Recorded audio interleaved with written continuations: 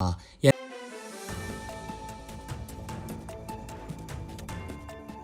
်္ဂလာပါခင်ဗျာအခုချိန်ကစပြီး MCDM ရဲ့ပြည်တွင်းသတင်းများကိုဖတ်ကြားတင်ပြပေးသွားမှာဖြစ်ပါတယ်ဒီကနေ့မှာတင်ပြပေးမယ့်သတင်းတွေကတော့နိုင်ငံတော်အတိုင်ပင်ခံပုဂ္ဂိုလ်ဒေါ်အောင်ဆန်းစုကြည်ကိုနေအိမ်အခြေချုပ်ပြောင်းရွှေ့ကြောင်းအာဏာသိမ်းစစ်တပ်ထုတ်ပြန်တဲ့သတင်းတော်လိုင်းရဲ့အဖွဲ့အချင်းချင်းပုတ်တိုက်မှုတွေများလာတာကိုအချိန်မီပြင်ဆင်ဖို့နဲ့ဘုံရန်သူစစ်အာဏာရှင်ကိုမမေ့ဖို့ KNA ဥက္ကဋ္ဌသတိပေးတဲ့သတင်းငင်းချံညောင်ဦးလန်းပိုင်းမှာ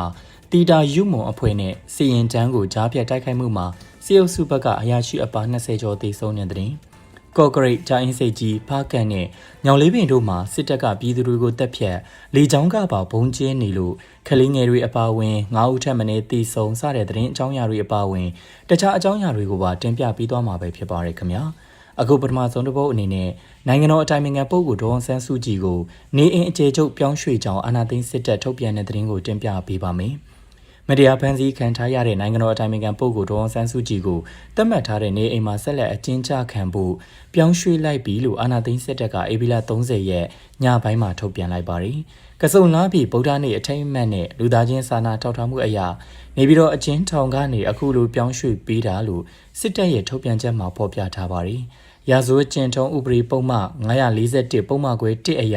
ာကြန့်ရှိနေတဲ့ပြည်တံတွေကိုတတ်မှတ်နေအိမ်မှာဆက်လက်ကြခံစေဖို့ပြောင်းလဲပေးလိုက်တယ်လို့ဖော်ပြထားပေမဲ့အတိအကျထည့်သွင်းကြေညာထားခြင်းတော့မရှိသေးပါဘူး။စစ်တပ်ထိန်းချုပ်ထားတဲ့ရုပ်သံကြေညာချက်မှာတော့ဒေါ်အောင်ဆန်းစုကြည်ကခြိသားအင်ဂျီရင်ပုံးအဖြူရောင်နဲ့ထမိန်နှက်ပြအပွင့်ထုတ်ကိုဝစ်ဆင်ထားတာတွေ့ရှိရပါတယ်။သူမရဲ့သားဖြစ်သူကိုထိန်လင်းအပါအဝင်ပြည်သူလူထုကအသက်ရှင်နေသေးကြောင်းသက်သေပြရန် Proof for Life တောင်းဆိုမှုတွေကြဲကြဲပြန့်ပြန့်ထွက်ပေါ်နေချိန်မှာစီအုပ်စုကအခုလိုထုတ်ပြန်လာတာဖြစ်ပါတယ်။ဒါ့အပြင်အာဆီယံကသူမကိုနာမည်တက်ပြီးတော့ပြန်လွှတ်ပေးဖို့တိုက်ရိုက်တောင်းဆိုတာတွေရှိနေတယ်လို့တရုတ်နိုင်ငံသားရေးဝန်ကြီးဝမ်ယီရဲ့နေပြည်တော်ခရီးစဉ်နဲ့ထိုင်းနိုင်ငံသားရေးဝန်ကြီးတို့ရဲ့ပြောဆိုချက်တွေထွက်ပေါ်အပြီးမှာအခုလိုအယူတစ်ခုဖြစ်လာတာလည်းဖြစ်ပါတယ်။အကြမ်းဖက်စစ်တပ်ဟာဒေါ်အောင်ဆန်းစုကြည်ကိုရပ်ပေါင်း1900ကျော်9နှစ်ကျော်ကြာပြင်ပကပောင်နဲ့အဆက်အသွယ်ဖျက်တောက်ထားတာလည်းဖြစ်ပါတယ်ခင်ဗျာ။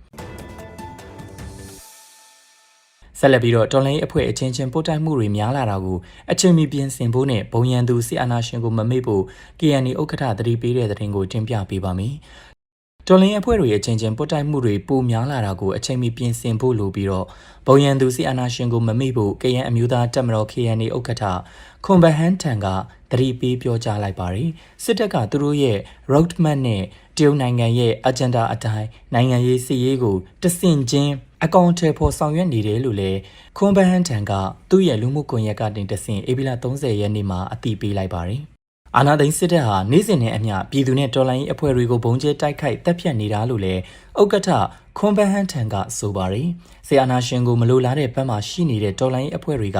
ရှမ်းမြောက်ချင်းကချင်ကရင်တနင်္သာရီပြည်မနဲ့ရှမ်းတောင်ကရင်ပြည်ဘက်မှာအခုနောက်ပိုင်းအချင်းချင်းပုတ်တိုက်မှုတွေပိုများလာတာကိုတွေ့ရတယ်လို့ KNA ဥက္ကဋ္ဌကသတိပေးထားပါတယ်။ပုတ်တိုက်မှုရှိလာခဲ့ရင်ပိုမဆိုးသွားအောင်နီးမှန်လမ်းမှန်နဲ့ဖြည့်ရှင်းတတ်တဲ့နီလန်ဖြည့်ရှင်းလိုတဲ့စိတ်ဆန္ဒရှိကြဖို့လိုတယ်လို့တော်လှန်ရေးကိုမထိခိုက်အောင်အချိန်မီပြင်ဆင်ဖို့တိုက်တွန်းထားတာဖြစ်ပါတယ်။ပြည်ထနာအရင်မြစ်အားလုံးဟာစစ်အာဏာသိမ်းမှုကြောင့်ဖြစ်ပေါ်လာတဲ့အကျိုးအဆက်တွေကြောင့်ဆိုတာသိဖို့လိုပြီးတော့တော်လှန်ရေးကနေသွေးဖယ်မသွားအောင်အမြဲတမ်းအတိတ်တည်းနဲ့ဖြည့်ရှင်းတတ်ဖို့လိုတယ်လို့လည်းဆိုပါတယ်။ဒီစစ်အာဏာရှင်သားလင်ကျွန်တော်တို့ရဲ့ဘုံရန်သူဖြစ်တယ်ဒီစစ်အာဏာရှင်ကိုကျွန်တော်တို့အားလုံးအတူလက်တွဲပြီးတော့တိုက်ပွဲဝင်ရမယ်ဆိုတာအားလုံးမမေ့ဖို့လိုတယ်လို့ KNA ဥက္ကဋ္ဌကပြောပါတယ်လက်ရှိကရန်ဒေသမှာဖြစ်ပေါ်နေတဲ့အခြေအနေကိုအခွင့်ကောင်းယူပြီးတော့စစ်တပ်ကမြေပြင်ဝေဟင်စစ်စင်ရေးလုပ်ဖို့ပြင်နေတာရှိတဲ့အတွက်ကြောင့်တော်လိုင်းတပ်ဖွဲ့တွေအပါအဝင်မိဘပြည်သူတွေအားလုံးလုံခြုံရေးအထူးသတိထားကြဖို့ KNA ဥက္ကဋ္ဌခွန်ဘန်တန်ကတိုက်တွန်းလို့ဆိုထားပါတယ်လက်တလုံးမှာဖေကုံမြို့နယ်နဲ့မိုးပြင်းမြို့ဘက်မှာတော်လှန်ရေးတပ်တွေနဲ့စစ်တပ်တို့ကြားထိတွေ့တိုက်ပွဲတွေမကြာခဏဖြစ်နေပြီးတော့ပအိုးပြည်သူစစ် PNO နဲ့စစ်တပ်ကအင်အား300လောက်နဲ့အင်အားတိုးထားတယ်လို့ဖေကုံမှာရှိတဲ့အမှတ်9စစ်စင်ရေးကွက်ကဲမှုဌာနချုပ်ကနေစစ်ကားတွေနဲ့မိုးပြဲဘက်ကိုလာနေတာရှိတယ်လို့စစ်ရေးသတင်းတွေအရာသိရပါတယ်အမျိုးသားညီညွတ်ရေးအစိုးရ NUG လူအခွင့်အရေးဆိုင်ရာဝန်ကြီးဌာနမှဒုတိယဝန်ကြီးတာဝန်ထမ်းဆောင်ခဲ့တဲ့ခွန်ဘန်ထန်ဟာ2025ခုနှစ်မတ်လ9ရက်နေ့မှာအနားယူခဲ့ပြီးတော့အဲ့ဒီနှစ်ဇွန်လ9ရက်နေ့မှာကရင်အမျိုးသားတပ်မတော် KNA ရဲ့နိုင်ငံရေးဦးဆောင်ကော်မတီဥက္ကဋ္ဌအဖြစ်တာဝန်ယူခဲ့တာလည်းဖြစ်ပါတယ်ခင်ဗျာဆက်လက်ပြီးတော့မြင်းကြံညောင်ဦးလန်းပိုင်းမှာတီတာယူမွန်အဖွဲ့နဲ့စီရင်တန်းကိုကြားဖြတ်တိုက်ခိုက်မှုမှာစီအုပ်စုဘက်ကအရာရှိအပါ20ကျော်တည်တဲ့သတင်းကိုတင်ပြပေးပါမယ် မန္တလေးတိုင်းမြင်းကြံခရိုင်တဲကမြင်းကြံညောင်ဦးလမ်းပိုင်းတနေရာမှာတီတာယူမွန်ရဲ့အကြမ်းဖက်အဖွဲ့ကိုတော်လှန်ရေးတပ်တွေပူးပေါင်းပြီးတော့ပျောက်ကြားနီးဗျူဟာနဲ့ကြားပြတ်တိုက်ခိုက်ခဲ့ရမှာစစ်အုပ်စုဘက်ကအရာရှိအပါ20ကျော်သေဆုံးသွားတယ်လို့ Burmese Guerrilla Force BGF မြင်းကြံကဧပြီလ30ရက်နေ့မှာရုပ်သံနဲ့တကွထုတ်ပြန်လာပါတယ်။အကြမ်းဖက်ပြည်သူစစ်တီတာယူမွန်အဖွဲ့နဲ့စစ်တပ်ပူးပေါင်းရင်တန်းကိုဧပြီလ29ရက်နေ့မနက်9:00နာရီခွဲခန့်မှာကြားပြတ်တိုက်ခိုက်ခဲ့တာကိုထုတ်ပြန်လာတာဖြစ်ပါတယ်။45မိနစ်ခန့်ကြာတဲ့အဲ့ဒီတိုက်ပွဲမှာအကြမ်းဖက်စစ်အုပ်စုကား3စီးတဲ့က2စီးကိုအပြတ်ချေမှုန်းနိုင်ခဲ့တယ်လို့ဒီတိုက်ပွဲမှာပါဝင်ခဲ့တဲ့ Scorpions PDF ကလည်းအတည်ပြုထားပါတယ်။ရန်သူစစ်အုပ်စုနဲ့အပြန်အလှန်ပစ်ခတ်မှုတွေဖြစ်ပွားနေချိန်မှာမြင်းကြံမြို့ပေါ်မှာရှိတဲ့ပြည်သူစစ်နဲ့စစ်သားတွေတပ်ကူရောက်လာတယ်လို့ညောင်ဦးဘက်ကနေလည်းစစ်ကူတွေထပ်ရောက်လာတယ်လို့သိရပါတယ်။ကြားပြတ်တိုက်ခိုက်ခံရတဲ့အကြမ်းဖက်စစ်တပ်စစ်ကြောင်းကိုစစ်ကူဖို့အတွက်ညောင်ဦးကနေတပ်ကူလာတဲ့စနဘိန်းကား2စီးကိုတော်လှန်ရေးတပ်တွေမိုင်းဆွဲတိုက်ခိုက်နိုင်ခဲ့တယ်လို့လည်းသိရပါတယ်။အရီနီကဖြစ်တဲ့တိုက်ပွဲမှာရန်သူစစ်အုပ်စုဘက်ကအရာရှိတအုပ်အပါဝင်25ဦးနီးပါးသေဆုံးသွားတာကိုမျက်မြင်တွေ့ရပြီးတော့ထိခိုက်ဒဏ်ရာရသူတွေလည်းရှိသလိုတော်လှန်ရေးတပ်တွေဘက်ကရဲဘော်တအုပ်လည်းပေါင်မာဒဏ်ရာရခဲ့တယ်လို့တော်လှန်ရေးတပ်တွေဘက်ကပြောပါတယ်။ဒီစစ်စင်ရေးကို Scorpions PDF တောင်းတာ Burmese Guerrilla Force BGF မြင်းကြံခရိုင်အမှတ်3တပ်ရင်ညောင်ဦးခရိုင်အမှတ်5တပ်ရင်တောင်းတာပကပတို့ပူးပေါင်းလှုပ်ဆောင်ခဲ့တာဖြစ်တယ်လို့သိရပါတယ်ခင်ဗျာ။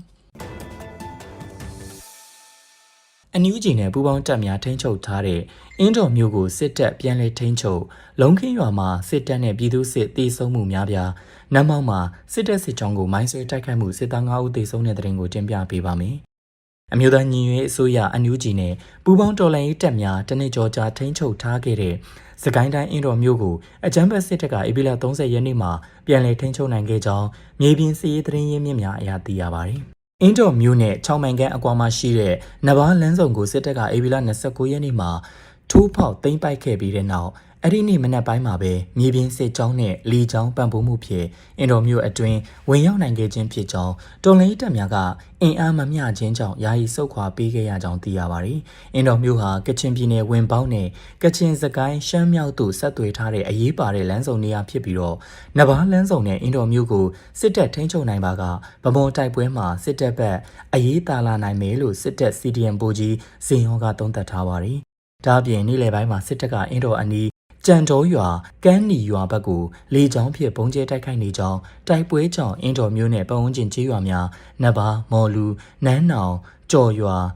နားရခေါင်ကြံတော်ကူစိတ်ကန်းနီစတဲ့ကျေးရွာများမှာဒေသခံ9000ခန့်ဘေးလွတ်ရာကိုထွက်ပြေးနေရကြောင်းသိရပါတယ်။ကချင်ပြည်နယ်ဖားကန့်မြို့နယ်လုံခင်းကျေးရွာအတွင်းစစ်တပ်နဲ့ပြည်သူစစ်တပ်ဆွေးနေရာများကို KIA နဲ့ KPDF ပူးပေါင်းတပ်များက drone နဲ့ပုံကျဲတိုက်ခိုက်ရာစစ်သားသင်းနဲ့ပြည်သူစစ်ဘက်မှတိစုံမှုများပြားနေကြောင်းဒေသခံသတင်းရင်းမြစ်များအရသိရပါတယ်။ဧပြီလ25ရက်နေ့နဲ့28ရက်နေ့တိုက်ခိုက်မှုများမှာတိစုံသူ90ကျော်ရှိခဲ့ပြီးတော့အလောင်းများကိုအလင်းစလူမြုပ်နှံနေရတဲ့အတွက်ကြောင့်အနံ့ဆိုးများထွက်နေကြောင်းအများဆုံးတိစုံနေသူများမှာဝါရာဇိုပြည်သူစစ်နဲ့စစ်မှုထမ်းတင်နန်းစဉ်စစ်သားသစ်များဖြစ်ကြောင်းသိရပါတယ်။ထို့အတူမကွေးတိုင်းနမောက်မြို့နယ်မြင်းတဲကြီးကျေးရွာမှာထွက်လာတဲ့စစ်တပ်စစ်ကြောင်းကိုနမောက်ကလုံ PDF အပါအဝင်ပူးပေါင်းတပ်များကမိုင်းဆွဲတိုက်ခိုက်ရာစစ်သား9ဦးသေဆုံးပြီးတော့6ဦးဒဏ်ရာရရှိခဲ့ကြောင်းနမောက်ကလုံ PDF မှသိရပါတယ်။ဧပြီလ30ရက်နေ့မနက်7:00နာရီခန့်ကအင်အား200ခန့်ရှိတဲ့စစ်ကြောင်းကိုကြောက်မိုးနဲ့ရှော့ချောင်းကျေးရွာကြားမှာမိုင်းလေးလုံးဖြင့်တိုက်ခိုက်ခဲ့ခြင်းဖြစ်ပြီးတော့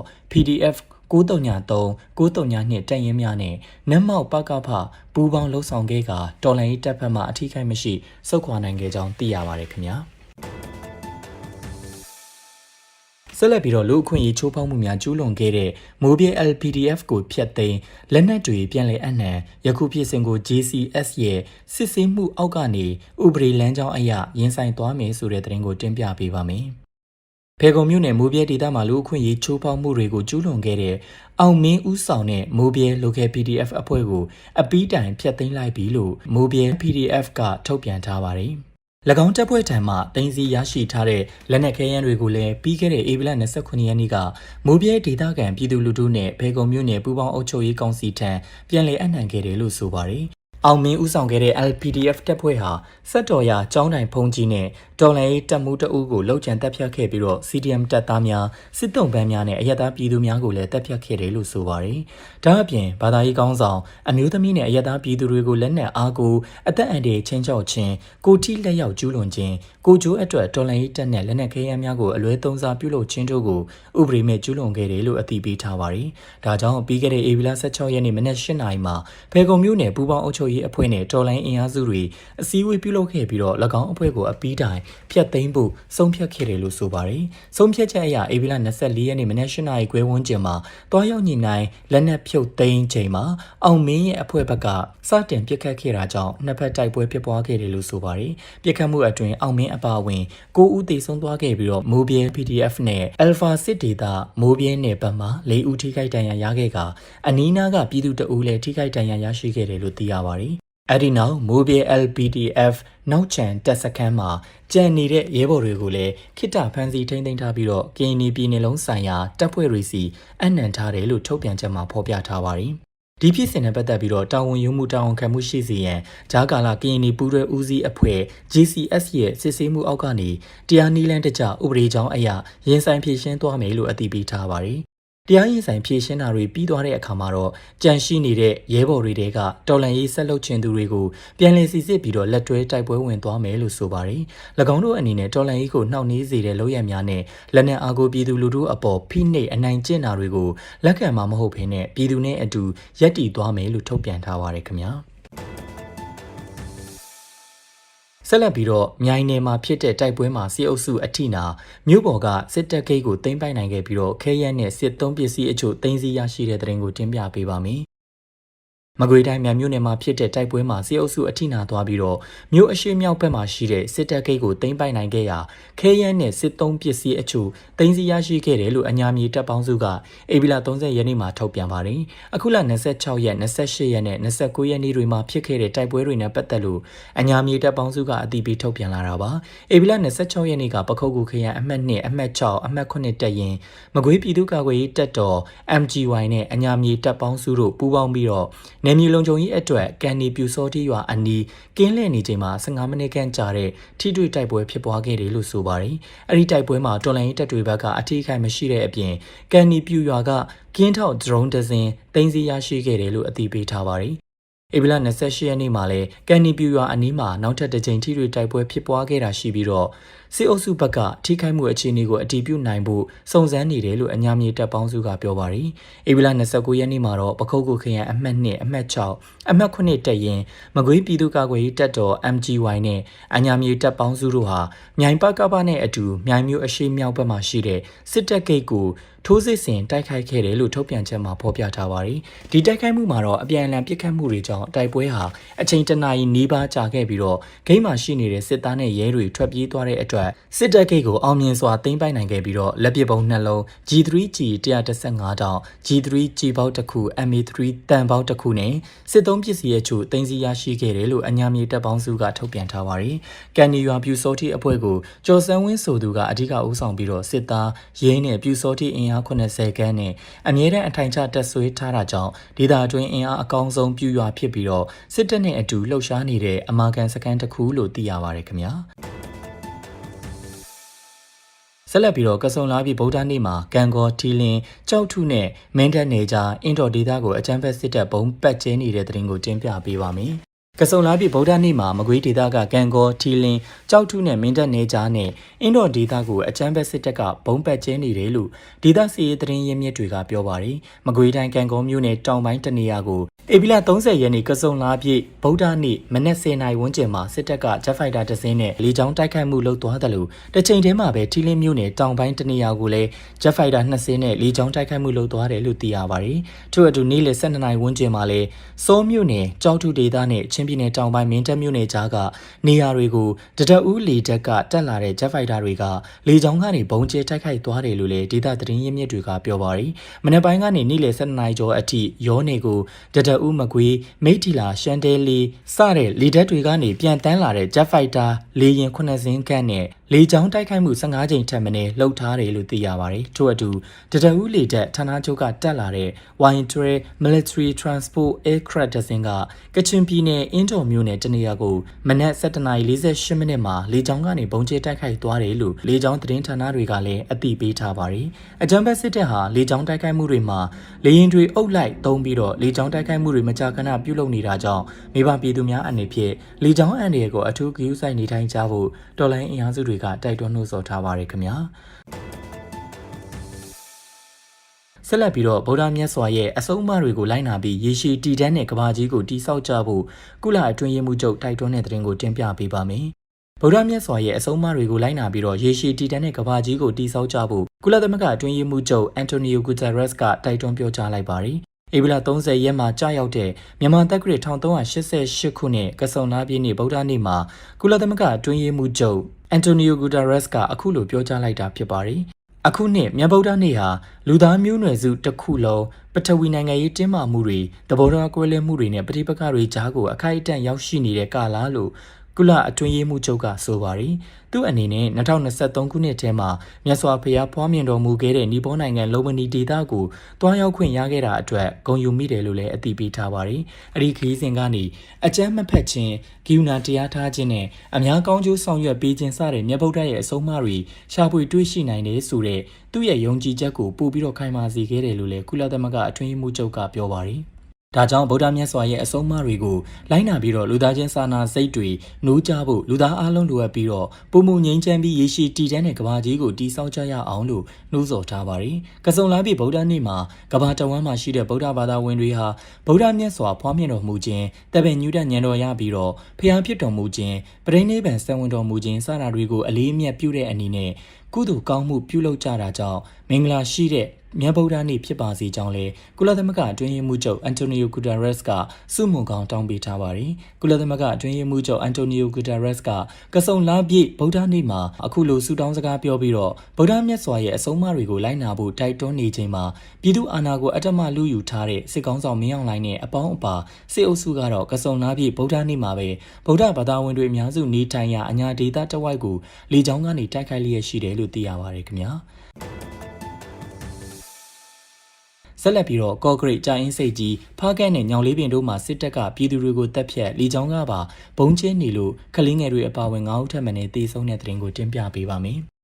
ကရင်ပြည်နယ်ကော့ဂရိတ်မြို့နယ်အန်ဖက်ကြီးရွာဖန်ကားကုန်းကိုပြီးခဲ့တဲ့ဧပြီလ29ရက်နေ့မနက်9:00နာရီကျော်လောက်ကစစ်ကော်မရှင်တပ်ကဒရုန်းတစ်စီးနဲ့ဘုံ3လုံးကျဲချတိုက်ခိုက်ခဲ့ပါတယ်။ဒီလိုဘုံကျဲတိုက်ခိုက်မှုကြောင့်နေအိမ်တစ်လုံးဘုံထိမှန်ခဲ့ပြီးတော့အသက်15နှစ်အရွယ်ကလေးငယ်2ဦးနဲ့အသက်40အရွယ်အမျိုးသား2ဦးပွဲချင်းပြီးသေဆုံးခဲ့ပါတယ်။ဒါ့အပြင်တခြားကလေးငယ်2ဦးလည်းထိခိုက်ဒဏ်ရာရရှိခဲ့ပြီးတော့အခြေအနေဆိုးရင်ရတယ်လို့ဒေသခံတွေစီကသိရပါတယ်။စစ်ကော်မရှင်တပ်ဟာကော့ဂရိတ်တောင်ပိုင်းကကြေးရွာတွေကိုနေတိုင်းလိုဒရုန်းတွေနဲ့ဘုံကျဲတိုက်ခိုက်နေတာဖြစ်ပါတယ်။အလားတူဧပြီလ29ရက်နေ့မွန်းလွဲ2နာရီကျော်ကနေညနေ9နာရီကျော်အထိကရင်ပြည်နယ်ကြာအင်းစိတ်ကြီးမြို့နယ်ဖျားသုံးစုမြို့အနီးက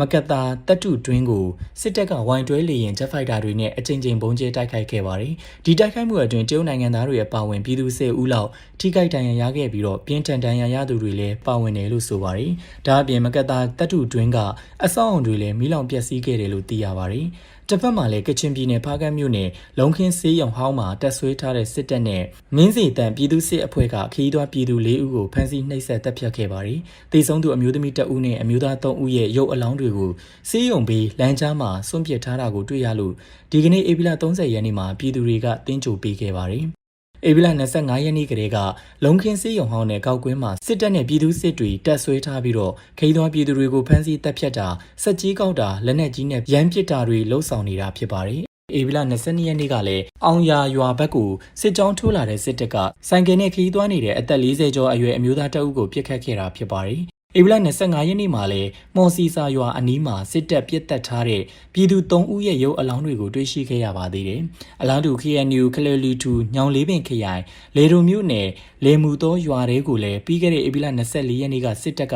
ဂျက်ဖိုက်တာနဲ့9ကြိမ်တိုင်ဘုံကျဲပစ်ခတ်ခဲ့ပါတယ်။ဒီပစ်ခတ်မှုကြောင့်အသက်15နှစ်အရွယ်နော်အဲတူလိုမူတည်ဆုံးခဲ့ပြီးတော့ဒေသခံ9ဦးထိခိုက်ဒဏ်ရာရရှိခဲ့ပါတယ်။ဒါ့အပြင်နေအိမ်4လုံးကားတစ်စီးနဲ့လေမူသောစီးကန်းကလူနာဆောင်2ဆောင်မှာထိမှန်ပျက်စီးခဲ့တယ်လို့ KNU ဗဟိုကသတင်းထုတ်ပြန်ထားပါတယ်ခင်ဗျာ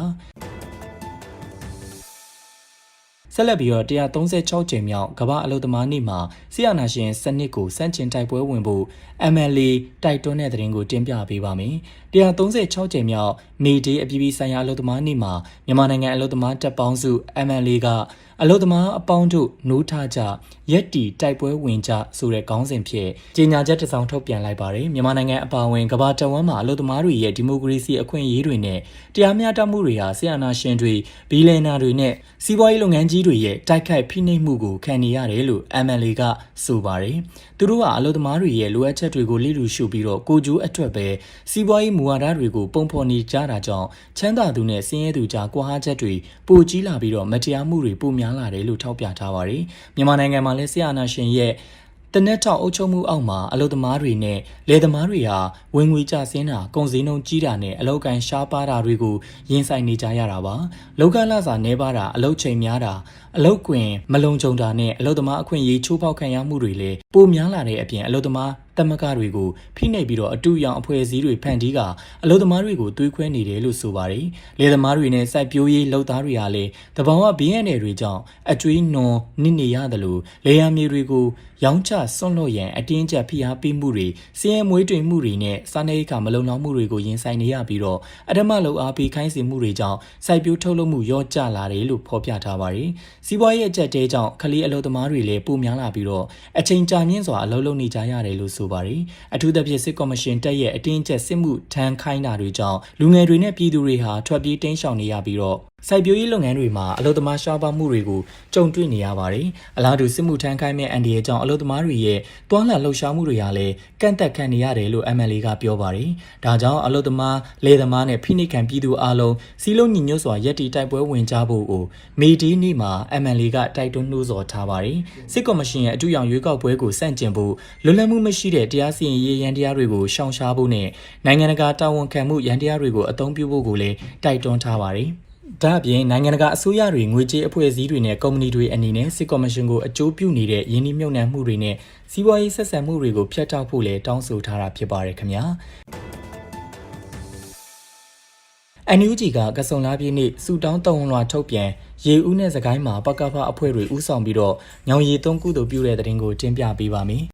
ဧပြီလ30ရက်နေ့မှာကြာရောက်တဲ့ကစုံလားပြည်နယ်ဗုဒ္ဓနေ့အခါသမယမှာအမျိုးသားညီညွတ်ရေးအစိုးရ NUG ကစူတောင်းတုံလွှာထုတ်ပြန်ခဲ့ပြီးတော့ရေဦးမျိုးနဲ့စကိုင်းမျိုးတို့မှာပကဖအဖွဲ့တွေကဥဆောင်ကညောင်ရီသုံးကုသိုလ်ပြုပွဲများပြုလုပ်ခဲ့တယ်လို့သိရပါတယ်။မြတ်စွာဘုရားရှင်ကမေတ္တာတရားနဲ့အကျမ်းမဖက်ဖို့ဟောကြားခဲ့ပေမဲ့လက်ရှိမှာအကျမ်းဖက်စစ်ကော်မရှင်တက်ရဲ့မတရားဖိနှိပ်တပ်ဖြတ်မိရှုဖျက်ဆီးမှုတွေကြောင့်ပြည်သူတွေဒုက္ခရောက်နေရတယ်လို့ဆိုပါတယ်။ဒါပေမဲ့အတ္တမကိုဓမ္မနဲ့အန်တုပြီးတော့တရားမျှတမှုစီကိုရဲဝံ့စွာခြေတက်နေကြတဲ့ပြည်သူလူထုရဲ့စီလုံးညီညွတ်မှုကြောင့်ຫນွေဦးတော်လှန်ရေးကြီးမလွဲမသွေအောင်ပွဲခံမယ်လို့ယုံကြည်ကြောင်းဖော်ပြထားပါတယ်။ဒါ့အပြင်ຫນွေဦးတော်လှန်ရေးအတွင်းအသက်ပေးခဲ့ကြတဲ့အာဇာနည်တွေနဲ့မတရားဖန်ဆီးခံထားရတဲ့နိုင်ငံရေးအကျဉ်းသားတွေကိုလည်းNUG အနေနဲ့အစဉ်အမြဲဥညွတ်မှတ်တမ်းတင်တယ်လို့ဆိုပါတယ်။ Federal Democracy ပြည်ထောင်စုကြီးပေါ်ထွန်းလာတဲ့အထိပြည်သူလူထုနဲ့အတူလက်တွဲပြီးတော့အဆုံးထိတိုက်ပွဲဝင်သွားမယ်လို့လည်းအတည်ပြုထားပါတယ်။တစ်ဖက်မှာလည်းရေဦးမျိုးနဲ့ပကဖအဖွဲ့ကကစုံလားပြည်နေ့မှာညောင်ရီသုံးပွဲတော်ပြုလုပ်ခဲ့တယ်လို့ဆိုပါတယ်။အဲ့ဒီပွဲမှာဆရာတော်တန်ဃာတော်တွေကိုလှူပွဲဝတ္ထုစက္ကပ်လှူဒန်းခဲ့ပြီးတော့ပြည်သူတွေကိုလည်းကုသိုလ်ဖြစ်အေးတွေတိုက်ကြွေးလှူဒန်းခဲ့ကြတယ်လို့သိရပါတယ်။အလားတူစကိုင်းမြို့နယ်ပောက်ကဖနဲ့ဒေသခံပြည်သူတွေစုပေါင်းပြီးတော့ကစုံလားပြည့်နေ့အထိမ်းအမှတ်ကောင်းမှုကုသိုလ်တွေပြုလုပ်ခဲ့ကြတယ်လို့ဆိုပါတယ်။ညောင်ရီသုံးလောင်းတာဖျားစီဒီတွေတန်ရှင်းရေးလုပ်တာနဲ့ဆရာတော်တွေကိုဖူးမြော်ကြောတာတွေကိုလှုပ်ဆောင်ခဲ့ကြတယ်လို့သိရပါတယ်ခင်ဗျာ။အခုတင်ပြပေးခဲ့တဲ့သတင်းတွေကိုတော့ကိုသစ်လူလေးနဲ့ခါရှဲတို့ကပြပို့ထားတာပဲဖြစ်ပါတယ်ခင်ဗျာ။